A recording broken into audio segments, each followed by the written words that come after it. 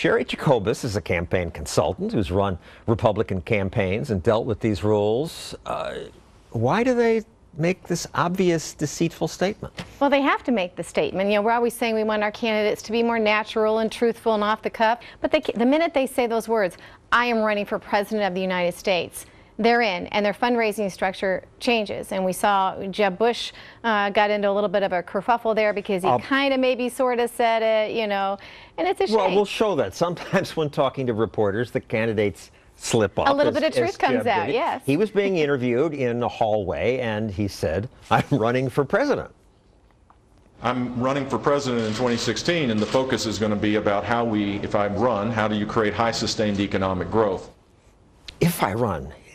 He took it back. Yeah, but you can't put the toothpaste back in the tube, though, can you? Well, then, so is he in trouble, then? Well, they're saying that he is, and it's a shame because we're going to penalize somebody for being honest, and we've had other candidates that are basically come out, you know, Donald Trump has said, I have to say this, and I can't wait till I don't have to say it like this anymore. They're frustrated. They want to just do their thing, and the law will not let them. What you're kind of doing is encouraging people to lie, encourage them to be a little bit sneaky. The fundraising has to go through the back door. They need no encouragement to be sneaky and to lie. But that's not true. But wait a second. Some of the candidates have declared, Hillary, Rand Paul, Marco Rubio. They have to make the hard decision. They look at the calendar, they kind of figure out when the other candidates are going to announce, and they want sunlight. They think they can maybe get more press attention. That'll be worth more money. Everybody has a different strategy. It's unfortunate that our government imposes all these restrictions that limit speech. The reason for the rules, and I agree, they limit speech, but the argument is that we don't want rich people to buy elections. We want to limit how much you can give. You can't get the money out of politics, so why not be honest about it? But people complain about the money, and you look at the progression. Carter, Reagan, $500 million. Bush, Gore, $900 million. Obama, Romney, $2 billion. Right. Now Hillary has $2 billion in her alleged charity by herself already. But I'm puzzled by what people mean by a lot of money. We're talking $2 billion, maybe $3 billion this year. But Americans spend $7 billion on potato chips and Halloween.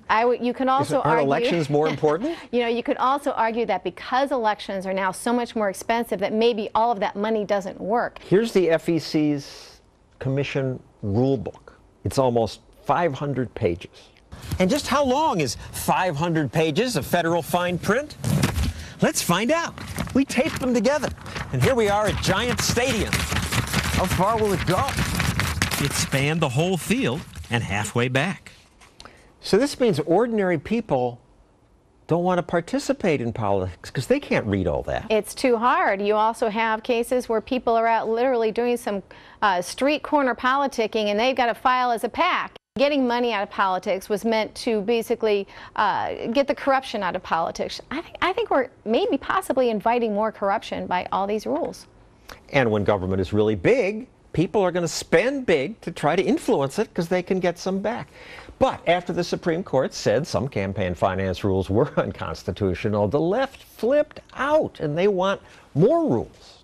When we refuse to take it anymore, we can stop the corrupt vote buying that creates government of the obscenely rich by the obscenely rich. That was Reverend William Barber, who wants more rules. I once interviewed one of the staffers who helped write McCain-Feingold. I told him it was discouraging ordinary people, as Cheryl said, from participating in politics. The bureaucrat at least admitted that the rules threaten people. We have areas of law that are complex. No kidding, says Becky Cornwell. I have not really understood what I've been doing, which makes me sound stupid, but I'm not. All she did was oppose a ballot measure, which would have allowed a Denver, Colorado suburb to annex her little town. She and some neighbors printed signs and T-shirts and gathered signatures for a petition. I just volunteered to walk around and talk to neighbors. And under Colorado's rules, the fact that Becky's group exercised their free speech was enough for their political opponents to slap them with a lawsuit because they didn't register as an issue committee and report all their expenses. The lawsuit was used in an effort to shut us up about the annexation. They wanted to scare us enough and clobber us with these laws so that we wouldn't talk about it anymore. These people are printing T-shirts and yard signs, and they're in trouble? That law was passed by the voters of the state of Colorado, so I think it to some degree reflects voter sentiment. He says the voters want this. The voters want corruption out of politics. They think more rules will do that. Yeah. Someone's telling them that. It's not true. Thank you, Cheri. Coming up,